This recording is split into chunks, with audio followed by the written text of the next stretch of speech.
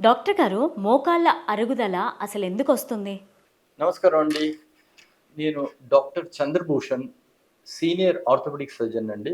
మోకాళ్ళు అరుగుదల అనేది అది న్యాచురల్‌గా వచ్చే అవకాశం అండి. ఇప్పుడు కారు ఉందండి. మనకు కారు నడిపితే టైర్‌లు అరిగిపోతాయి.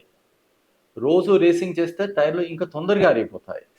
అలాగే మనకు మోకాళ్ళనేది మనం వెయిట్ బేరింగ్ చేస్తాము, నడుస్తాము. అది అరుగుదల ఫ్రిక్షన్ తోటి ఆహ్, అందరికీ సహజంగా వస్తుంది న్యాచురల్‌గా. 40 ఇయర్స్ తర్వాత ఎవరికైనా వస్తుంది. అయితే కొందరికి అంటే ట్రామాటిక్ అంటే యంగ్‌స్టర్స్‌లో ఫ్రాక్చర్స్ కానీ అయ్యేసేసి అంటే ఫ్రాక్చర్ ఇంటూ ది జాయింట్‌లో కానీ ఫ్రాక్చర్ ఎళితే అది తొందరగా అరుగుతుంది. లేదా ఇంక కొందరికి ఆహ్, జెనెటిక్ డిజార్డర్స్ ఉంటాయి. అంటే హెరిడిటరీ కూడా అంటాం. అంటే కొన్ని ఫ్యామిలీస్‌లో తొందరగా అరుగుతుంది. అది వాళ్ళకు 40స్‌లోనే బాగా స్టేజ్ 2, స్టేజ్ 3లో అరిగే అవకాశం ఉంటుందనమాట. కానీ ఎవరికైనాను అరుగుతుంది. ఆహ్, ఏజ్ బట్టేసేసి ఉంటుంది. కొందరికి తక్కువ అరుగుతుంది. కొందరికి ఎక్కువగా అరుగుతుంది. మోకాళ్ళలో నీరెందుకు చేరుతుంది? తీసుకోవాల్సిన జాగ్రత్తలేంటి డాక్టర్ గారు? నీరు అనేది యూజువల్‌గా అంటే జాయింట్‌లో లూబ్రికేషన్ అనేది కొంచెం ఉంటుంది. కానీ ఎప్పుడైతే అది రియాక్షన్ ఫేజ్‌లో ఎళ్తుందో, అప్పుడు బాగా నీరు పోస్తుంది. ఇప్పుడు ఆహ్, కంటిది చూద్దామండి.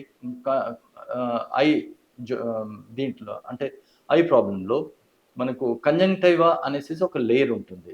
అయితే ఇప్పుడు దుమ్ము గాని, ధూళి గాని పడితే అది రియాక్ట్ అయ్యేసేసి ఎంబడే వాచిపోతుంది, ఎర్రగా అవుతుంది, నీరు పోస్తుంది, నొప్పి, వేడిగా ఉంటుంది.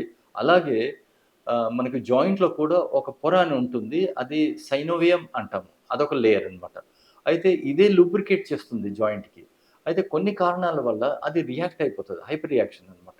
అయితే అప్పుడు ఎర్రగా అయితుందది. ఫుల్ థిక్‌నెస్ పెరుగుతుంది. ఇన్‌ఫ్లమేషన్. అయిన తర్వాత నీరు పోస్తుంది, వాపొస్తుంది, నొప్పి ఉంటుంది. స్టిఫ్‌నెస్ కూడా వస్తుంది. అయితే ఇది ఎందుకొచ్చిందంటే ఒకటేమో న్యాచురల్‌గా ఈ మన అరుగుదల దాంట్లో అప్స్ అండ్ డౌన్స్ ఉంటాయి. కొన్ని ఏదైనా చిన్నగా ట్విస్ట్ గాని అవుతే చేస్తే దానివల్ల అది రియాక్ట్ అవ్వచ్చు. ఇంకో కొన్ని కారణాల్లో ఏంటంటే యూరిక్ యాసిడ్ పెరిగుంటే కూడా అది పెరుగుతుంది. లేదా కొందరికి జాయింట్ డిసీజెస్ ఉంటాయి. అంటే మల్టిపుల్ జాయింట్స్ కానీ ఇప్పుడు రుమటాయిడ్ ఆర్థరైటిస్ వాళ్ళకి కూడా వాళ్ళకు సైక్లిక్‌గా అప్పుడప్పుడు వాపు రావడము, నీరు రావడం ఇది జరుగుతుందనమాట. అయితే యూజువల్‌గా అందరికీ వచ్చేదేంటంటే ఏదో స్ట్రెయిన్ గాని, ట్విస్ట్ ఇంజ్యూరీ గాని అయినప్పుడు కూడా అలా కావచ్చు. డాక్టర్ గారు, మోకాళ్ళ నొప్పులు రాకుండా ఉండాలంటే ఏం చేయాలి? మోకాళ్ళ నొప్పి అనేది యూజువల్‌గా మనకు ఆర్థరైటిస్ దానివల్లనే రావడం. లేదా చిన్న ఇంజ్యూరీ అయ్యేసేసి ఫ్రాక్చర్ కానీ కావడం, లిగమెంట్ ఇంజ్యూరీస్ రావడము, స్ట్రెయిన్స్ అండ్ స్ట్రెస్ వల్ల రావడము. లేదా జాయింట్ డిఫార్మిటీ అంటే కాళ్ళు వంకరగా ఉండడం చేయడం వాటి వల్ల కూడా రావచ్చనమాట. ఈ మోకాళ్ళ నొప్పులనమాట. అయితే యూజువల్‌గా 90% వాళ్ళకు కారణం ఏంటంటే ఆస్టియో ఆర్థరైటిస్ అది జాయింట్ వేర్ అండ్ టేర్ అనమాట. అయితే మేము ఎగ్జామిన్ చేసేసి ఇది సింపుల్ వేర్ అండ్ టేరేనా?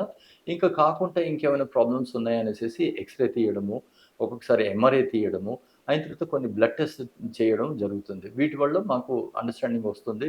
ఇంకా వేరేమైనా ప్రాబ్లమ్స్ ఉన్నాయా? సింపుల్‌గా అరుగుదలని. మోకాళ్ళ నొప్పులు ఉన్నవారు వాకింగ్ చేయొచ్చా డాక్టర్ గారు? వాకింగ్ అనేది సింపుల్ ఎక్సర్‌సైజు తప్పనిసరిగా చేయాలి. ఎవరైనాను వాకింగ్ చేయాలి. దానివల్ల ఏమవుతుందంటే వెయిట్ బేరింగ్ నడుస్తుంది. వెయిట్ బేరింగ్ ఉన్నప్పుడు ఎముకల్లో కాల్షియం నిండగా ఉంటుంది. వెయిట్ బేరింగ్ చేయకపోతే కాల్షియం బోన్స్ నుంచి వెళ్ళిపోతుంది బయటికి. అయితే ఆస్టియోపొరోసిస్‌లోకి వెళ్తాం మనం. అందుకని వెయిట్ బేరింగ్ ఈజ్ ఎసెన్షియల్ అన్నమాట. నడవాలి. నడిస్తే ఎముకలు గట్టిగా ఉంటాయి. మజిల్ స్ట్రెంత్ మెయింటైన్ అవుతుంది. అయిన తర్వాత హార్ట్ అండ్ లంగ్ ఎఫిషియన్సీ కూడా మెయింటైన్ అవుతుంది. వెయిట్ బేరింగ్ గూడా వెయిట్ కూడా కంట్రోల్‌లో ఉంటుంది. అందుకని తప్పనిసరిగా నడవాలి. డాక్టర్ గారు, వయసుతో వచ్చే మోకాళ్ళ నొప్పులకు ఉపశమనం ఎలా? వయస్సుతో వచ్చే మోకాళ్ళ నొప్పులు అంటే యూజువల్‌గా మనకు ఆస్టియోఆర్థరైటిస్ అంటే నార్మల్ వేర్ అండ్ టేర్ అని అంటాం. అయితే ఇది ఏ స్టేజ్‌లో ఉన్నామనేసేసి గమనించి దాన్ని బట్టేసేసి మనకు ట్రీట్మెంట్ కానీ చేయడం ఉంటుంది. అంటే 3 స్టేజెస్ అంటాం. Mild, moderate and severe. Mild అంటే చిన్నగా ఉంటుంది. బాగా నడిస్తే నొప్పులు రావడం చేయడము. వాపేముండదు. రాత్రిలో నిద్ర డిస్టర్బ్ ఏం కాదు. మీ కార్యక్రమాలన్నీ చేసుకోవచ్చు. దాంట్లో నో రెస్ట్రిక్షన్స్. మీరేమైనా స్పోర్ట్స్‌లో గాని పాల్గొనే వాళ్ళుంటే కూడా అవన్నీ చేసుకోవచ్చు. అయితే ఈ స్టేజ్‌లో మాత్రం సింపుల్ మెడిసిన్స్. కానీ ఇన్వెస్టిగేట్ చేస్తాం మేము. ఎక్స్‌రే తీసి చూడడము. అయిన తర్వాత బ్లడ్ టెస్ట్ చేసేసి అండర్‌లయింగ్ ప్రాబ్లమ్స్ ఏమైనా ఉన్నాయో చూసేసి ఉంటే రెగ్యులర్‌గా అంటే ఒక చిన్నగా మైల్డ్ పెయిన్ కిల్లర్ గాని ఇవ్వడము. దాని వాపు నొప్పి తగ్గడానికి. అయిన తర్వాత ఈ జాయింట్ వేర్ అండ్ టేర్ అప్పుడే ఇనిషియేట్ అవుతుంది కాబట్టి దాన్ని repairing కొరకనేసేసి chondro protective and chondro రిపరేటివ్ ఇవన్నీ మెడిసిన్స్ ఉన్నాయి. అవన్నీ వాడుకోవచ్చనమాట. అయితే ఇది మైల్డ్ స్టేజ్. ఇక మోడరేట్ స్టేజ్ అంటే మిడిల్ స్టేజ్. దాంట్లో అరుగుదల ఇంకా ఎక్కువగా వస్తుంది. అంటే 40, 50% వరకు అరిగి ఉంటుంది. దాంతో ఏమవుతుందంటే ఎక్కువ దూరం నడవలేరు. మెట్లెక్కితే నొప్పి ఉంటుంది. అయిన తర్వాత రాత్రిలో కూడా నొప్పి రావచ్చు. స్లీప్ కూడా డిస్టర్బ్ కావచ్చు. కానీ కొంతవరకు వాపు ఉండొచ్చు. కానీ డిఫార్మిటీ గాని ఏముండదు. అంటే కాళ్ళు వంకరగా కావడం చేయడం. ఈ స్టేజ్‌లో కూడా మనం మెడిసిన్స్ వాడొచ్చు. కొన్ని యాక్టివిటీస్ పెట్టుకొనేసేసి మజిల్స్ అంటే క్వాడ్స్ మజిల్స్ ఉంటాయి. ఆ కండ బలిచ్చడము ఇవన్నీ చేసుకొనేసేసి అనవసరంగా మెట్లెక్కడం, దిగడం మానుకోవడము. అనవసరంగా ఎక్సెసివ్ స్పోర్ట్ యాక్టివిటీస్ అవన్నీ తక్కువ చేసుకోవడము. ఇవన్నీ చేసుకోవచ్చు. కానీ రెగ్యులర్‌గా వాకింగ్ అయిన తర్వాత డైలీ యాక్టివిటీస్ ఆఫీస్‌కెళ్ళడం చేయడం అవన్నీ నో రిస్ట్రిక్షన్స్ అవన్నీ చేసుకోవచ్చు. అయితే మెడిసిన్స్ కూడా వాడాలి. ఈ రిపరేటివ్ మెడిసిన్స్ ఉన్నాయి కదా! కార్టిలేజ్ పెరగడానికనేసేసి అవి ఇంక కొంచెం ఎక్స్‌ట్రా ఎక్కువగా రాస్తామనమాట. దీంతోటి అలా గడపొచ్చు. కొన్ని సంవత్సరాల పాటు నడుస్తుంది.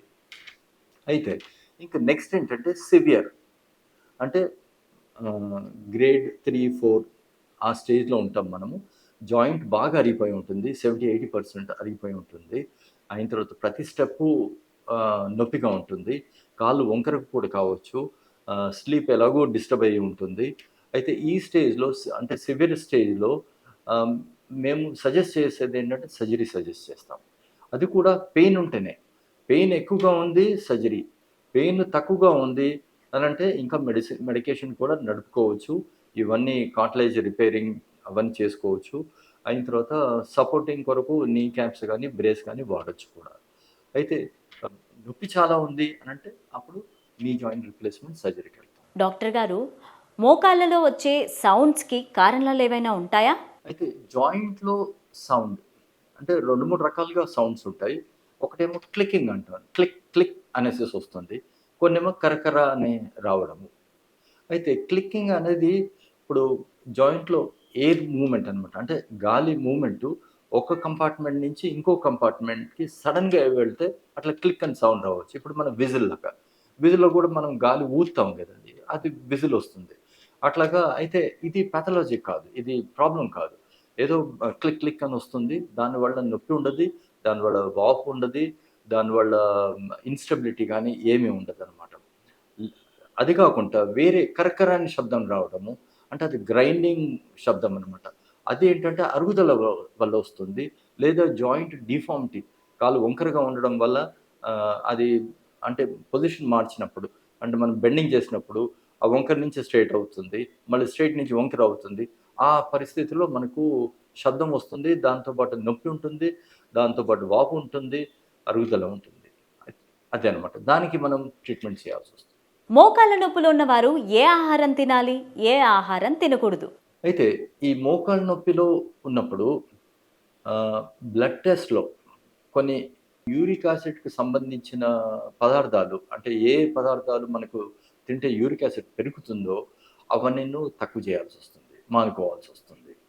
అయిన తర్వాత కొందరికి ఇన్‌ఫ్లమేటరీ ఇప్పుడు రుమటాయిడ్ ఆర్థరైటిస్ వాళ్ళకి కూడా డైట్ తోటి చాలా చాలా అఫెక్ట్ అవుతాయి. అంటే కొన్ని పడరాని మందులు తింటే ఈ జాయింట్ ఇన్‌ఫ్లమేషన్స్ ఇవన్నీ పెరుగుతాయి.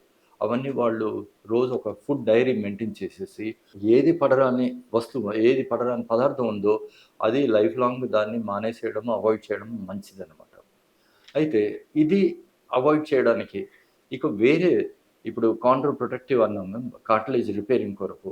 ఆ పదార్థాలు మనము తిండి నుంచి రావాలి అంటే కష్టం. ఎందుకంటే ఇవన్నీ కాన్సంట్రేటెడ్ మెటీరియల్స్ మనకు డ్రగ్స్ రూపకంగా ఇస్తాం.